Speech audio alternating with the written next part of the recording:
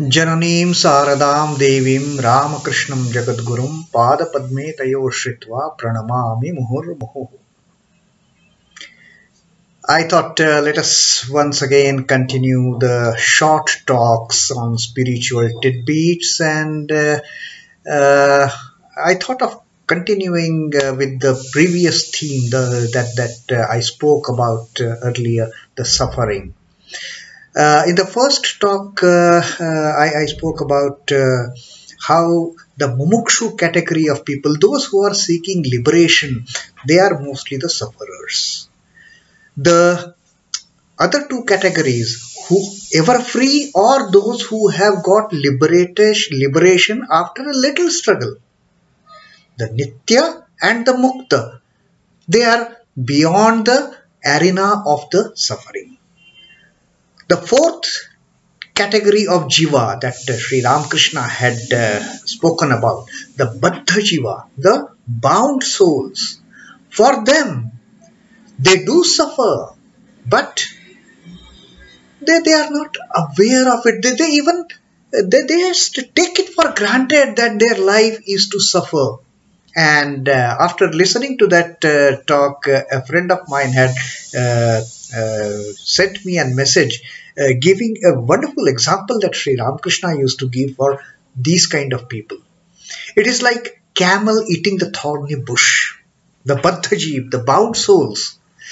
You see, they keep on eating the thorny bush. Their tongues are bleeding, their mouths are bleeding, but they are as if unawares of it. For them, it is a way of their life. They take it for granted to such an extent that their bleeding tongues, their bleeding mouths, they are all normal for them. So, it is the mumukshu category, the seekers after liberation. And you see, the best part of this mumukshu category, they know, they have taken this path of liberation, but they also know that it is only a very few among the millions who are going to achieve it, but still, steadfastly, with all the perseverance, they will adopt that path.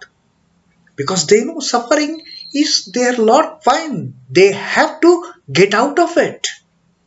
They don't have to get entangled in the fisherman's net anymore.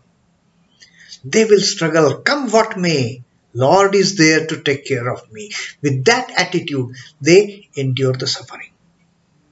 But again, on this point of suffering, when suffering becomes intense, what happens? Then a devotee starts getting a doubt. I am praying so much, I am crying so much, and still I am suffering. Instead of my sufferings, instead of my bad days coming to an end, it is, I am just put from as they say, from fryer to the frying pan, whatever that terminology. Now, by suffering, there is no end to it. There is no end to my miseries. Is that God is not listening to my prayers? That doubt creeps in. I am depending myself solely on the God, praying to Him to reduce my the sorrows, to reduce my miseries, and instead they are adding up one on top of the other. That doubt comes. Is God listening to my prayers? And when I was thinking on this topic, I remembered Sri Ramakrishna's words. Sri Ramakrishna said, God can listen to even the footfall of an ant. That is God. It is not that God needs our prayers in a huge, loud voice. God can listen to the footfall of an ant. These are Sri Ramakrishna's words. That means God does listen to our prayers. But then if that is the thing, why our suffering is not coming to an end? And when again thinking on this particular topic, is it I am praying to my mother, I am praying to my ma, and my suffering is not coming to an end? Why is it so? And then it dawned on me that Usually when we see in the households, mother is very attentive to the weakest child, to the youngest child who needs her attention most. Even if her other children are in trouble, they need her. First of all, she goes to the weakest child. And then it came to my mind, well, if mother is not answering my prayers, is not reducing my sufferings, is not bringing down my sorrows, that means she has other weak children who need her attention most. My suffering is there, but mother feels this fellow can withstand on his own till the time I get back to him. Let him manage. He is capable of managing his bad situations, his bad circumstances, his miseries, his sorrows, his sufferings. He can manage. She can manage. That is not an issue. Let me attend to the weakest child first. And therefore, when I see that my sufferings are not coming to an end at all, what is the alternative? What should we do? We should know for sure that mother has full confidence in us. Yes, we can withstand this pressure.